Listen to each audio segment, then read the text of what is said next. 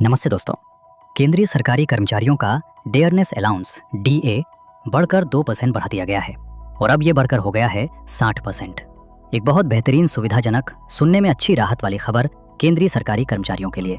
लेकिन असली कहानी यहाँ पर खत्म नहीं हो रही है, क्योंकि इसी के साथ एक और खबर आती है और वो खबर ये है कि 18 महीने का डीए एरियर अब नहीं मिलेगा। यानी कि एक तरफ सरकारी कर्मचारियों की सैलरी तो बढ़ेगी, 50% तक डीए मिल जाएगा, लेकिन दूसरी तरफ जो पैसा पहले का ड्यू था वो नहीं मिलेगा, वो भी हमेशा के लिए कैंसिल। तो सवाल ये उठता है कि सरकार ने दिया ज़्यादा है या बचाया ज़्यादा है, और दूसरा, ये आर्थिक मजबूरी है सरकार की या पॉलिसी चॉइस है। तो आज हम इस मुद्दे को सिर्फ खबर की तरह नहीं, बल्कि इकोनॉमिक, पॉलिटिकल और पॉलिसी लेंस से डिकोड करने का प्रयास करेंगे। क्योंकि डीए बढ़कर 60% तक हो गया है, सैलरी में इंक्रीमेंट है जहाँ पर आपको राहत की सांस मिलेगी, लेकिन 18 महीने का डीए एरियर हमेशा के लिए ख़त्म कर दिया गया है। तो सबसे पहले ये समझते हैं कि ये डीएनएस अलाउंस होता क्या है। डीएनएस अलाउंस यानी कि डीए कोई बोनस नहीं होता है। वास्तव में ये एक प्रकार का इन्फ्लेशन एडजस्टमेंट मैकेनिज्म है, यानी कि जो महंगाई बढ़ती है उसके साथ समायोजित किया जाता है कर्मचारियों के वेतन को। जब महंगाई बढ़ती है तो सरकारी कर्मचारियों की परचेजिंग पावर को बचाने के लिए सरकारें डीए बढ़ा देती हैं, डीएनएस अलाउंस बढ़ा देती हैं। इसका कैलकुलेशन किससे होता है? इसका कैलकुलेशन होता है consumer price index of industrial workers से। ठीक है, जो औद्योगिक श्रमिक हैं उनके उपभोक्ता मूल्य सूचकांक के आधार पर डीए को बढ़ाया जाता है। हर 6 महीने में डीए रिवाइज होता है, यानी कि ये पूरी तरीके से एक डेटा ड्राइवन मैकेनिज्म है। कोई पॉलिटिकल फेवर नहीं है, कोई ये राजनीतिक कलाबाजी नहीं है। महत्वपूर्ण ये है कि केंद्र सरकार ने ये निर्णय लिया है कि वे 2% का डीएनएस अलाउंस अप्रूव करते हैं, यानी कि अब ये डीए बढ़कर के लगभग 60% हो जाएगा। केंद्रीय सरकारी कर्मचारियों का इसका सीधा मतलब ये है कि कर्मचारियों की मंथली सैलरी में थोड़ा इंक्रीमेंट होगा। पेंशनर्स को भी फायदा होगा। जो लोग पेंशन भोगी हैं उन्हें भी लाभ प्राप्त होगा। लेकिन यहाँ पर एक बड़ी पुरानी डिमांड और एक बड़ा पुराना ट्विस्ट आता है। सरकार ने एक बड़ा कंट्रोवर्शियल डिसीजन लिया है कि कोविड पीरियड, यानी कि जनवरी 2020 से लेकर के जून 2020 तक 18 महीने, टोटल 18 महीने का जो डीए का एरियर था वो सरकार ने कह दिया है कि हम आपको वापस नहीं करेंगे, हम आपको पे नहीं करेंगे। तो 18 महीने का इस डीए का असली विवाद भी समझिएगा। है क्या मामला? कोविड के समय सरकार ने क्या किया?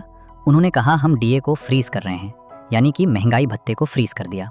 उस वक्त उन्होंने तर्क दिया था, सरकार ने तर्क दिया था कि इकोनॉमी कोलैप्स हो रही है, रेवेन्यू कम आ रहा है और राजकोषीय घाटा बढ़ता जा रहा है। और अब वास्तव में अब की अगर हम बात करें तो अब रिकवरी हो चुकी है इकोनॉमी में। कर्मचारियों को उम्मीद थी कि अभी आप 6 पे कमीशन भी नहीं लागू किए हैं तो कम से कम हमारा पेंडिंग डीए एरियर मिल जाएगा। लेकिन सरकार ने साफ कहा एरियर्स रिलीज नहीं होंगे। और इससे अगर आप अंदाज़ा लगाइए तो सिर्फ एक इस डिसीजन से सरकार ने लगभग 1.5 लाख करोड़ से ज़्यादा की राशि देने से मना कर दिया है। अगर ये सरकार पैसा रिलीज कर देती तो राजकोषीय दबाव, यानी कि फिस्कल प्रेशर, बहुत ज़्यादा बढ़ सकता था। गवर्नमेंट का लॉजिक क्या है? गवर्नमेंट का ये कहना है कि भाई देखिए, कोविड के दौरान भारी खर्च किया था हमने, जो राजकोषीय घाटा है उसको कंट्रोल करना भी ज़रूरी है। जो हमारी कल्याणकारी योजनाएं चल रही हैं, जैसे कि हम फ्री राशन दे रहे हैं, जो इंफ्रास्ट्रक्चर के क्षेत्र में बेहतर योजनाएं कर रहे हैं, डिफेंस के क्षेत्र में हैं, वहाँ पर भी हमें पैसे व्यय करने पड़ेंगे। इसलिए एरियर देना हमारे लिए फिनेंशियली वाइजेबल नहीं है। ये बहुत ही बुद्धिमत्तापूर्ण डिसीजन नहीं है। अब कर्मचारियों के पक्ष को भी देखिए। कर्मचारियों का मानना ये है, कर्मचारियों का कहना ये है कि भाई डीए हमारा अधिकार है, आप कोई फेवर नहीं कर रहे हैं हमारे डीए को दे करके। इन्फ्लेशन का असर तो वो भी, यानी कि कर्मचारी भी उतना ही झेल रहे हैं। और अगर आप एरियर रोक रहे हैं, अगर आप डीए का भुगतान नहीं कर रहे हैं, जो आपने फ्रीज किया था उसका भी भुगतान नहीं कर रहे हैं, तो आप एक तरीके से हमारी कमाई हुई धन को ही हमें देने से मना कर रहे हैं। तो कई एम्प्लॉय यूनियंस इसको फिनेंशियल इनजस्टिस मान रहे हैं, यानी कि वित्तीय अन्याय के तौर पर देख रहे हैं। यहाँ पर हमें कर्मचारियों और सरकार के पक्षों को देखने के बाद एक व्यापक आर्थिक इमेज को भी देखना चाहिए, इकोनॉमिक पिक्चर को भी देखना चाहिए। इस मुद्दे को जब हम बिगर इकोनॉमिक लेंस से देखते हैं तो भारत अभी भी एक तरीके से राजकोषीय अनुशासन को मेंटेन करने का प्रयास कर रहा है। सरकार पिछले बजट में अगर आप देखेंगे तो पूंजीगत जो व्यय हैं, जो कैपेक्स है, उसको बढ़ा रही है। इंफ्रास्ट्रक्चर, रेलवेज, डिफेंस, सब में बड़े इन्वेस्टमेंट्स किए जा रहे हैं। और साथ ही साथ सरकार सामाजिक कल्याणकारी योजनाओं पर भी बहुत व्यय कर रही है। ऐसे में अगर 1.5 लाख करोड़ का एरियर दे दिया जाएगा तो फिस्कल डेफिसिट के जो टारगेट्स हैं उन्हें पूरा कर पाना लगभग असंभव हो जाएगा। और जो रेटिंग एजेंसीज हैं, जैसे कि मूडीज, फिच वगैरह, वो भारत की फिनेंस, जो फिस्कल क्रेडिबिलिटी है, उस पर प्रश्न चिन्ह भी लगा सकती हैं। तो यहाँ पर सबसे बड़ी बात यह है कि इसके पीछे की छुपी हुई रणनीति क्या है। यही सबसे इंटरेस्टिंग सवाल भी है कि क्या ये सिर्फ एक आर्थिक फैसला है या फिर ये एक स्ट्रेटेजिक मूव है, ये रणनीतिक सोचा समझा कदम है। तो देखिए, सरकार ने डीए बढ़ा करके इमीडिएट रिलीफ देती है, लेकिन एरियर्स रोक करके लॉन्ग टर्म बर्डन को अवॉइड किया है, यानी कि प्रेजेंट को मैनेज किया है और पास्ट को छोड़ दिया है। ये अप्रोच जो है वो शॉर्ट टर्म पॉलिटिकल डैमेज को कम कर सकती है और फिस्कल स्ट्रेस को भी कंट्रोल में रखती है, और सरकार ने शायद यही सोचकर ये रणनीति अपनाई। लेकिन इसका, और जैसे कि हर आर्थिक निर्णय का, राजनीतिक प्रभाव भी होता है, तो इसका राजनीतिक दृष्टिकोण भी है। सरकारी कर्मचारी एक बहुत बड़ा वोट बैंक होते हैं।